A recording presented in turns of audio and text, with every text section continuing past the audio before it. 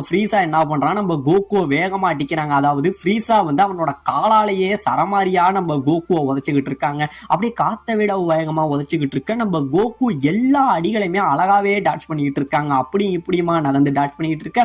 இப்ப நம்ம கோகு என்ன பண்றான், இப்ப அவன் சரமாரியா அவனோட கால்கள்னால நம்ம ஃப்ரீசாவை உதைக்க, நம்ம ஃப்ரீசாவும் எல்லா உதைகளையுமே அழகாவே டாட்ச் பண்ணிட்டு இருக்காங்க. அவனோட கையை கட்டி இருக்கான், அவன் கையை யூஸ் பண்ணவே இல்லை.